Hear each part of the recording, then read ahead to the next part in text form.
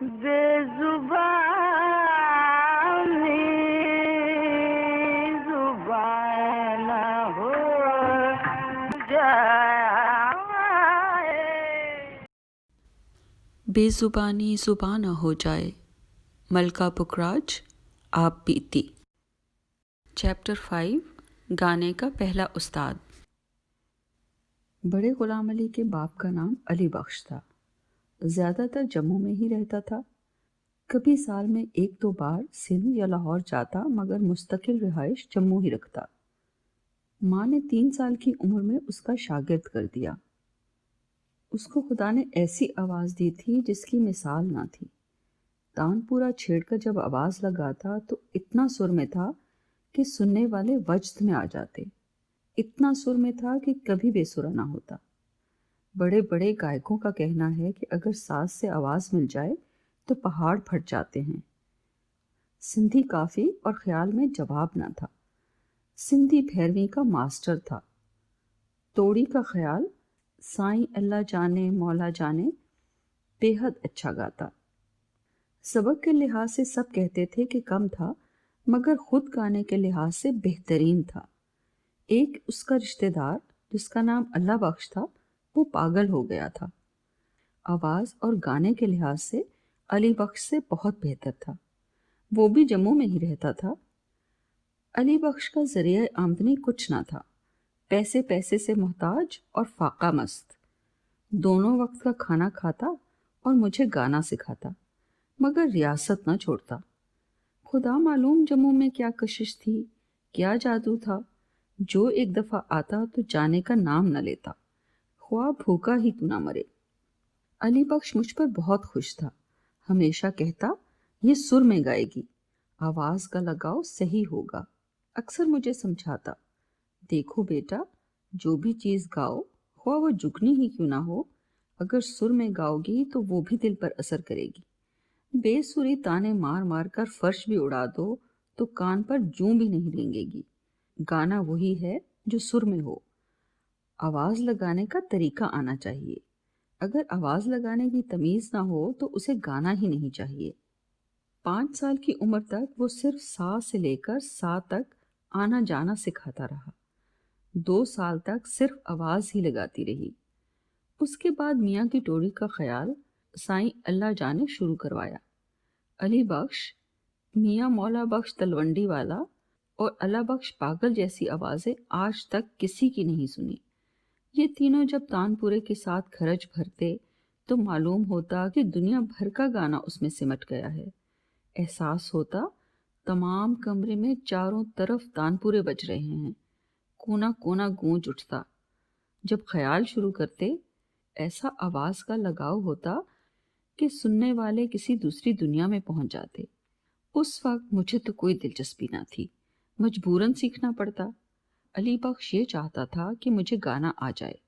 علی بخش کو 5-10 راگ سے زیادہ نہیں آتے تھے، ویسے اچھے گانے میں بہت مشہور تھا، مگر میاں مولا بخش بہت کسبی اور علم والا تھا۔ اس کا علم نہ ختم ہونے والا سمندر تھا۔ مجھ پر گانے والا اور پڑھائی والا استاد دونوں بہت خوش تھے۔ دونوں چیزوں میں ذہین بلکہ بہت تیز تھی۔ کسی چیز پر کبھی مار پیٹ نہیں ہوئی، ہمیشہ شاباشی ملتی۔ اگر پٹائی ہوتی تو حقہ پینے پر۔ 4 سال کی عمر میں حقہ پینے کی عادت پڑ گئی۔ والدہ بھی حقہ پیتی تھی، مگر وہ نہیں چاہتی تھی کہ میں پیوں۔ ویسے بھی 4 سال کی عمر اور حقہ بہت بری بات تھی۔ پھپھو نکی، جس کو میرے ساتھ عشق کی حد تک پیار تھا، وہ بھی پیتی تھی۔ اس نے بڑے پیار سے کہنا، مت پیو جی، وہ مارے گی۔ میں نے کہنا، نہیں پینا ہے۔ اس نے کہنا، اچھا جی لو پیو۔ باوجود مار پیٹ کے شوق دن بدن بڑھتا گیا۔ ماں جس وقت دیکھ لیتی بے دریغ مارتی۔ بیچاری پھپھو نکی کی بھی بے عزتی کرتی۔ نوبت یہ پہنچ گئی کہ راستے میں جتنے سگریٹ کے ٹکڑے ملتے وہ اٹھا لیتی اور چوری چوری دکان پر بھی پیتی۔ کئی دفعہ ڈر سے حقے کا کش جلدی اور اتنے زور سے لگاتی کہ آنکھوں کے آگے اندھیرا چھا جاتا، مگر نامراد نہ چھوڑنا تھا، نہ چھوڑا۔ اللہ بخش، جو علی بخش کا چچا زاد بھائی تھا، علی بخش سے بہت اچھا گاتا اور علی بخش سے آواز بھی اچھی، مگر دماغی توازن کھو چکا تھا، کبھی جموں سے باہر نہ جاتا۔ سب لوگ یہ قصے سناتے تھے۔ مہاراج جموں نے کسی تہوار پر دنیا کے بڑے بڑے نامور گویے بلائے۔ علا بخش کا استاد بھی زمانے کا مانا ہوا استاد تھا۔ سب گویے دربار میں آ گئے، باری باری گویے گا کر سلام کر کے اپنی جگہ پر آ کر بیٹھ جاتے۔ اسی طرح علا بخش اور اس کا استاد گانے کے لیے آئے۔ گانا شروع ہوا۔ استاد شاگرد اکٹھے گاتے تھے۔ شاگرد کا فرض یہ ہوتا ہے کہ صرف استاد کی نقل کرے، یعنی استاد جو تان یا ارادہ کہے شاگرد اسی طرح دہرا دے، کوئی نئی چیز اپنی طرف سے نہ کہے۔ استاد بہت بوڑھا ہو چکا تھا، علا بخش جوان اور طاقتور تھا۔ سب نامور گویے موجود تھے۔ پھر مہاراج کا دربار، یہ سما دیکھ کر سب آداب بھول گیا، گاتے گاتے جوش میں آ گیا، بجائے نقل کرنے کے ایسی مشکل تان کہہ گیا کہ تمام دربار واہ واہ سے گونج اٹھا۔ استاد تو کہہ نہیں سکتا تھا، بڑی سبکی محسوس کی، دل ٹوٹ گیا۔ اتنی مشکل تان تھی، وہ نہ کہہ سکا۔ بے بس ہو کر پیچھے دیکھا، اللہ بخش کی طرف دیکھ کر صرف اتنا کہا، پاگل چپ ہو جاؤ۔ اس زمانے کے استاد بھی نیک نیت تھے، صرف تابعداری اور خدمت سے اپنا فن دن رات کی محنت سے شاگرد کو سکھا دیتے۔ بلکہ ہر استاد کا مقولہ تھا کہ یہ چیز کوئی پیسے سے تھوڑا خریدی جاتی ہے۔ کئی شاگرد ایسے بھی تھے جو کھانا بھی استاد ہی سے کھاتے تھے، مگر خدمت اتنی کرتے کہ تمام رات بھی جاگنا پڑے تو گریز نہ کرتے۔ استاد کا کتنا دل جلا ہوگا۔ ایسی بددعا لگی کہ پہلے تو مہینہ 2 مہینے خاموش رہا، پھر پاگل ہو گیا۔ ہر وقت چپ چاپ بیٹھا رہتا، کبھی کسی سے کچھ نہ کہتا، نہ نہاتا نہ منہ دھوتا۔ لمبے لمبے ناخن، سر کے بال نہ دھونے کی وجہ سے لٹیں بنی ہوئی، گردن پر میل کی موٹی تہ جمی ہوئی جسے دیکھ کر سخت گھن آتی۔ نہ کسی سے بات کرتا نہ کچھ مانگتا۔ ہمارے گھر میں اوپر کی منزل کے صحن میں شہنشین تھا، اس پر آ کر بیٹھ جاتا، پتھرائی ہوئی آنکھوں سے خلاؤں میں گھورتا رہتا۔ آنکھیں اتنی سرخ تھیں جیسے خون۔ ہر ایک گانے کی فرمائش کرتا، مگر وہ کسی کے کہنے پر نہ گاتا۔ مجھے گود میں اٹھا کر کبھی کبھی خود ہی گانا شروع کر دیتا۔ مجھے اس سے بہت ڈر آتا۔ جب میری عمر 5 سال کی ہوئی تو اس کی یہی کوشش ہوتی کہ مجھے گود میں لے کر بیٹھے۔ جب وہ گھر آتا تو میں اس سے دور بھاگ جاتی۔ اس کے کپڑے اتنے گندے ہوتے کہ میل کوئلے کی طرح چمکتی۔ اس کے منہ اور جسم اور بالوں کا رنگ ایک ہی جیسا دکھائی دیتا۔ ہمیشہ میرے ساتھ بچوں کی طرح کھیلنا چاہتا۔ 5 سال کی عمر میں گانے کی کچھ سوجھ بوجھ ہو گئی تھی۔ ایک دن بیٹھے بیٹھے اس نے گانا شروع کر دیا۔ گانے کے بول تھے، باوے سجن تینٹی بے پروائی، تینکو ساڈری سار نہ کائی۔ کیا آواز تھی، کیا سوز تھا، کیا گانا تھا۔ ایسا معلوم ہوا جیسے دنیا کی ہر چیز تھم گئی ہے۔ مجھے تو خیر کیا سمجھ تھی، جو اور لوگ، میری ماں، خالہ، استاد تھے، سب بچوں کی طرح رو رہے تھے۔ ایک تو کافی کے بول ہی ایسے تھے جو اس کے بالکل حسب حال، دوسرے اس کا گانا، نہ سمجھ ہوتے ہوئے بھی رونا آ گیا۔ پوری کافی گا کر خاموش ہو گیا۔ لوگ بڑی کوشش کرتے کہ وہ گائے، کوئی دودھ پلاتا، کوئی کھانا کھلاتا، کوئی منتیں کرتا، خوشامد کرتا، مگر وہ کسی چیز کو خاطر میں نہ لاتا۔ مرضی کا مالک تھا۔ ہمارے گھر ہر روز بلا ناغہ آتا۔ اب مجھے اس سے بالکل خوف نہ آتا۔ بچوں کی طرح کبھی میرے پاؤں سے کھیلتا، کبھی انگلیاں نچاتا۔ جب گانے کی تعلیم ہوتی تو سنتا رہتا، کبھی کبھی طبلے کے ساتھ گانا شروع کر دیتا۔ ایک دن بھیرو کا خیال گایا۔ کیا انداز تھا، سمجھدار ہو یا نہ سمجھ، اس کا گانا ایسا تھا کہ سننے والا دنیا سے بے خبر ہو جاتا۔ مجھے سکھاتا تو نہیں تھا، مگر گانا سن کر مدد ضرور ملتی تھی۔ خدا جانے اسے کیوں میرے ساتھ پیار تھا۔ بعض اوقات میرے کہنے پر گا بھی دیتا۔ اچھا گانا سننا بھی تعلیم ہوتی ہے۔ گانے کا بادشاہ تھا۔ خدا نے گانا دیا، مگر ہوش و حواس چھین لیے۔ چیپٹر 6، گانے کا شوق کیوں اور کیسے ہوا۔ ریاست میں شیعہ بہت کم تھے، زیادہ سے زیادہ 50-60 کے قریب ہوں گے۔ محرم میں تمام انتظام استاد کے ہاتھ میں ہوتا۔ 10 دن اتنی تندہی سے کام کرتا کہ کسی چیز کی اسے ہوش ہی نہ رہتی۔ لوگوں کو مجلس کے لیے جمع کرتا، ایسے لوگوں کو تیار کرتا جو اہل بیت کا واقعہ پڑھ کر سنا سکیں۔ پیسے کا کوئی بندوبست نہیں تھا جس سے ذاکر یا مولوی بلا سکیں۔ آپس میں ہی کتابوں سے پڑھ کر ذکر کرتے، کچھ لوگ مرثیے پڑھتے، کچھ نوحے، بعد میں 10 بجے ماتم کر کے زیارت پڑھ کر مجلس ختم کر دیتے۔ استاد گلزار حسین کی کوشش سے ہی اہل بیت کی برکت ہوئی۔ میرے دیکھتے ہی دیکھتے ہزاروں کی تعداد ہو گئی۔ دن بدن تعداد بڑھتی گئی۔ آس پاس کے چھوٹے چھوٹے گاؤں سے عورتیں بچے میلہ سمجھ کر دیکھنے آتے۔ چندہ اکٹھا کر کے مولوی اور ذاکر بلا لیتے۔ ہر سال بہت خوبصورت زیارت بنائی جاتی۔ جو گاؤں سے لوگ آتے وہ بھی جلوس میں شامل ہوتے۔ جہاں جہاں سے زیارت گزرتی ہندو مسلمان چھبیلیں لگاتے، بلکہ زیادہ چھبیلیں ہندوؤں کی ہوتی۔ ہندو بھی منتیں مانتے، جس کی پوری ہوتی چڑھاوا چڑھاتے۔ لوگ روپے پیسے میوے اور پھولوں کے ہار زیارت پر پھینکتے۔ 15-20 ماتمی ہر سال لاہور سے آ کر چھلیوں کا ماتم کرتے۔ میرا والد بھی 40ویں محرم تک بالکل شراب نہ پیتا۔ اسی طرح ماہ رمضان میں بھی لوگوں سے بھی کہہ دیتا کہ جس نے سحری یا افطاری کرنی ہو وہ بیٹھک پر آ جائے۔ پورا مہینہ وہ خود اپنے ہاتھ سے کھانا پکاتا، پورے روزے رکھتا، محرم اور روزوں کا پورا احترام کرتا۔ استاد کے پاس مرثیوں اور نوحوں کی بہت کتابیں تھیں۔ گانا تو نہیں آتا تھا مگر مرثیوں کی دھنیں کچھ سمجھا دیتا۔ اس نے مجھے مرثیے پڑھنے سکھائے۔ یہ تو بتا چکی ہوں کہ ابتدا میں بہت تھوڑے لوگ تھے جو آپس میں ہی مجلس پڑھتے، جیسا جس کو آتا ذکر کرتا۔ 7ویں محرم کو مہندی اور 10ویں کو چھوٹا سا جلوس بنا کر بازار سے گزارتے۔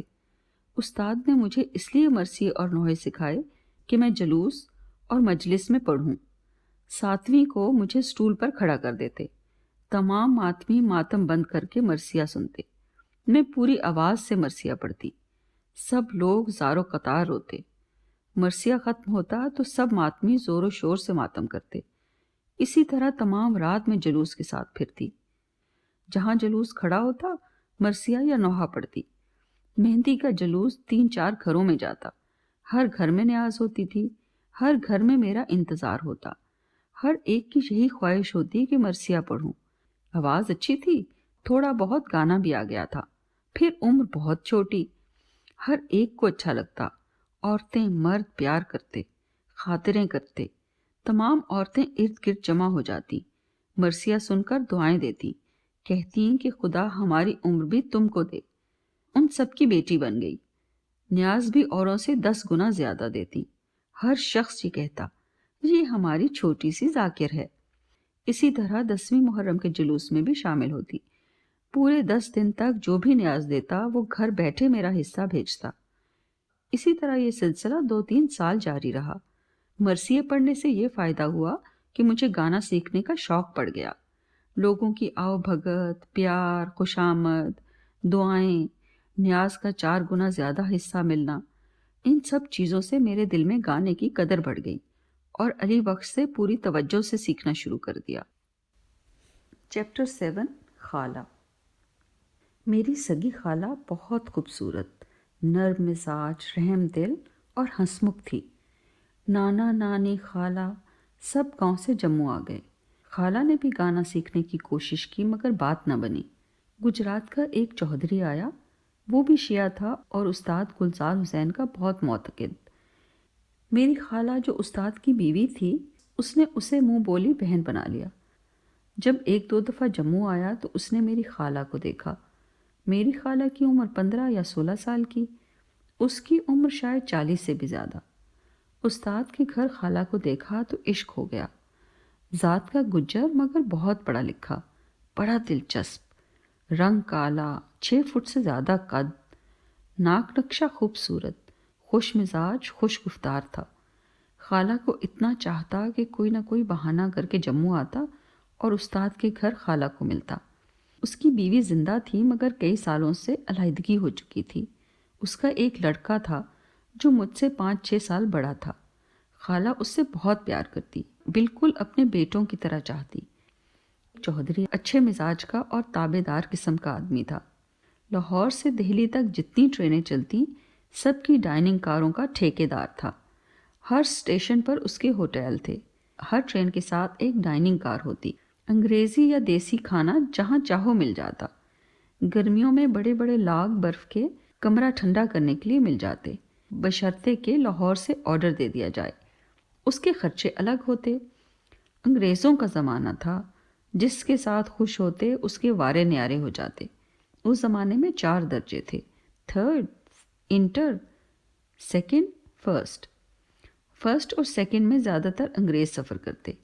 برف کے لاگ کے لیے بہت بڑا ٹب ہوتا، اس میں سوڈا، لیمو، پانی کے لیے مٹی کی سراہی رکھ دیتے۔ پیسنجر اور بھی کئی چیزیں ٹب میں رکھ دیتے۔ اس پر پنکھے کی ہوا پڑتی تو کمرہ ٹھنڈا یخ ہو جاتا۔ کھانے پینے کی چیزیں بھی ٹھنڈی رہتی، گرد کا بھی بچاؤ رہتا۔ یہ سب انتظام چودھری کا تھا۔ جب بڑے بڑے انگریز سفر کرتے تو اتنے خوش ہوتے کہ بڑے بڑے سرٹیفکیٹ دے کر جاتے۔ اس کا بڑا اثر و رسوخ تھا، ہمیشہ تحفے تحائف دیتا رہتا۔ کرسمس میں سینکڑوں کیک، ٹرکی، فروٹ گھروں میں لے کر جاتا، بغیر کوشش کے ہر سال اسے ٹھیکہ مل جاتا۔ استاد کی بیوی کا نام اللہ دتی تھا۔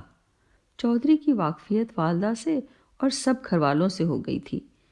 رہائش تو خالہ دتو کے گھر ہی رکھتا، مگر کبھی کبھار ہمارے گھر بھی آتا۔ میل ملاپ خالہ اور چودھری کا خالہ دتو ہی کرواتی تھی۔ 1.5-2 سال کے بعد چودھری نے والدہ کو کہا، میں شادی کرنا چاہتا ہوں۔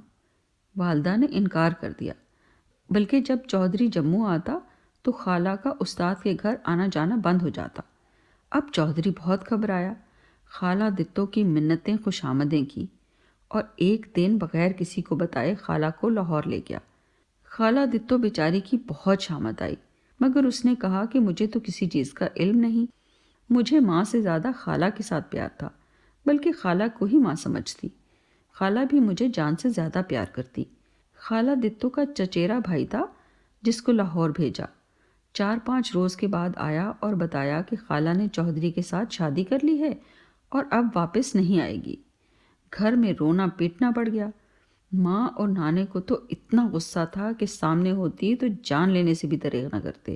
بار بار کہتے، اگر ہمیں مل جائے تو ہڈی پسلی ایک کر دیں۔ ماں لاہور جانے کے لیے تیار ہو گئی۔ میں نے بہت منتیں خوش آمدیں کی کہ مجھے خالہ کے پاس لے چلو، مگر ماں نے بڑی درستی سے یہ کہہ کر ٹال دیا، کون خالہ؟ کس کی خالہ؟ اگر تیری خالہ ہوتی تو تجھے چھوڑ کر جاتی؟ وہ سب کو بھول گئی ہے، اس پر عشق کا بھوت سوار ہے، وہ ہمارے لیے مر گئی ہے۔ نانا اور ماں ہر وقت کوستے رہتے۔ نانی کو خالہ کے ساتھ سب سے زیادہ پیار تھا۔ اس کا بیٹا 4 سال کا ہو کے پلیگ سے مر گیا تھا۔ ہر روز اسے یاد کر کے روتی رہتی تھی، اور اب صرف یہی 2 بیٹیاں تھیں۔ خالہ ہر ایک کے دکھ سکھ میں شریک ہونے والی، ذرا سا کوئی دکھ بتائے اس کا فوراً یقین کرنے والی، جو کچھ پاس ہو نچھاور کر دینے والی، خدا ترس، ہر ایک کے ساتھ پیار کرنے والی۔ دوسری طرف والدہ، جسے پیار تو کرتی تھی مگر جس سے ڈرتی تھی۔ نانی پر کافی روب تھا، کوئی دکھ کوئی بات یا مشورہ والدہ کے ساتھ نہ کر سکتی۔ اس کے پیار کا نچوڑ اب صرف خالہ ہی تھی۔ خالہ اس کے ہر دکھ میں شریک ہوتی، اس کے ساتھ پیار کی 2 باتیں بھی کر لیتی، مگر ماں اسے بے وقوف سمجھ کر کبھی کسی بات میں اس کی شریک نہ ہوتی۔ خالہ کے جانے سے اس کی دنیا اندھیر ہو گئی، کسی سے کچھ نہ کہتی، دن رات روتی رہتی۔ والدہ نے لاہور سے آ کر بتایا کہ وہ بالکل طوطا چشم ہو گئی ہے، اب اسے کسی کا خیال نہیں۔ نانی بیچاری کی ایک ہی ضد تھی کہ میں نے لاہور جانا ہے۔ آخر میرے نانا مان گئے اور ماموں کو ساتھ کر دیا۔ میں بھی تیار ہو گئی، اتنا روئی کہ آسمان سر پر اٹھا لیا۔ نانی نے کہہ دیا کہ اگر یہ نہیں جائے گی تو میں بھی نہیں جاؤں گی۔ نانا اور والدہ میرے جانے کے سخت خلاف تھے۔ وہ جانتے تھے کہ خالہ کو میرے ساتھ اندھا پیار ہے، شاید مجبور ہو کر واپس آ جائے۔ میں نے یہ بھی کہہ دیا کہ اگر نہیں بھیجو گے تو کھانا پینا بند کر دوں گی۔ خدا خدا کر کے سب کچھ طے ہوا اور خیر خیریت سے لاہور پہنچ گئے۔ خالہ نے جب مجھے دیکھا تو خوشی سے آنکھوں میں آنسو آ گئے۔ دوڑ کر یہ کہتی ہوئی، میں صدقے جاواں، گلے سے لگا لیا۔ کتنی دیر تک آنسو بہتے رہے۔ نانی نے بھی رو رو کر دل کا غبار نکال لیا۔ نانی نے کہا، سردارو، تو جانتی ہے میں تیرے بغیر نہیں جی سکتی۔ خالہ نے کہا، ماں فوراً میرے پاس آ جاؤ۔ نانی کہنے لگی، گھر کیسے چھوڑوں؟ خالہ نے کہا، جب اور جس وقت تمہارا دل چاہے لاہور آ جایا کرو. ساری دنیا کی بیٹیاں اپنے گھروں میں جاتی ہیں، تم بھی ماں باپ چھوڑ آئی ہو. اب یہی میرا گھر ہے. میں نے کوئی ایسی بات نہیں کی جو دنیا سے نرالی ہو. سچ بتا، کیا تیرا دل نہیں چاہتا کہ میرا اپنا گھر ہو؟ نانی بیچاری کو تو کوئی لالچ نہ تھا. وہ دل سے چاہتی تھی کہ اس کا اپنا گھر ہو، مگر دل کے ہاتھوں مجبور تھی. نانی اتنی سیدھی تھی کہ مرتے دم تک روپے کے پیسے نہ گننے آئے. جب 2-2.5 روپے کا کریانہ جمع ہو جاتا تو میں کہتی مجھے کریانہ چاہیے. وہ سب پیسے سامنے رکھ دیتی. میں 2-2.5 روپے کا کریانہ لے کر روپیہ دے دیتی. وہ خوشی سے پھولی نہ سماتی کہ روپیہ پورا ہو گیا. جب تک میں چھوٹی تھی ہمیشہ یہی کرتی رہی، مگر اسے کبھی پتہ نہ چلا. 5-6 روز کے بعد واپسی کی تیاری شروع ہو گئی. خالہ اور چودھری نے بہت اصرار کیا کہ اتنی جلدی کیا ہے، مگر نانی ڈرتی تھی شاید والدہ اور نانا ناراض ہو جائیں اور ہمیشہ کے لیے آنا بند کر دیں. میرا دل تو یہ چاہتا تھا کہ تمام زندگی یہیں رہیں، مگر نانی مجبوراً جانے کے لیے تیار ہو گئی. میرے نانا بھی گاؤں کے لوگوں کی طرح عورت کو پیر کی جوتی کے برابر سمجھتے تھے. والدہ کی نظروں میں بھی کوئی خاص عزت نہ تھی. آتی دفعہ خالہ نے نانی کو اور مجھے بہت سے پیسے دیے تاکہ جب دل چاہیں لاہور آ سکیں. چودھری نے بھی بہت پیار کیا. چودھری کا لڑکا جو مجھ سے 4-5 سال بڑا تھا، اسے ہمارا جانا بہت برا لگا. دن رات وہ مجھ سے کھیلتا تھا، مجھے کبھی کہانیاں سناتا، کبھی ہم تاش کھیلتے، کبھی گیند، کبھی آنکھ مچولی. ایسی مزے کی باتیں سناتا کہ ہنس ہنس کر لوٹ پوٹ ہو جاتے. میرے لیے یہ بالکل انوکھی بات تھی. نہ کسی ہم عمر کے ساتھ کبھی کھیلی نہ ملی. میرے ایسے دن گزرے کہ جیسے خواب دیکھ رہی ہوں. مرضی سے سونا، مرضی سے جاگنا، جو دل چاہے کرنا، کوئی روک ٹوک نہیں. چودھری کے بیٹے کا نام امانت علی تھا. اس کی ایسی فطرت تھی کہ سنجیدہ بات کو بھی ایسے طریقے سے استعمال کرتا کہ وہ مذاق معلوم ہوتا.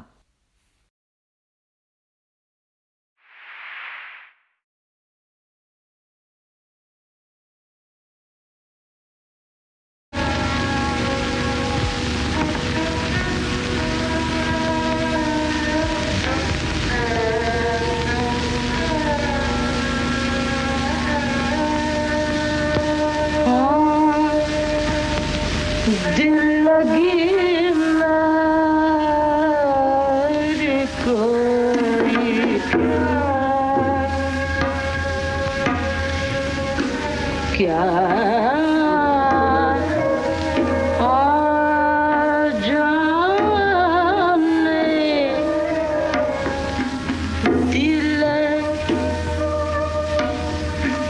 دل ہی جانے یا دل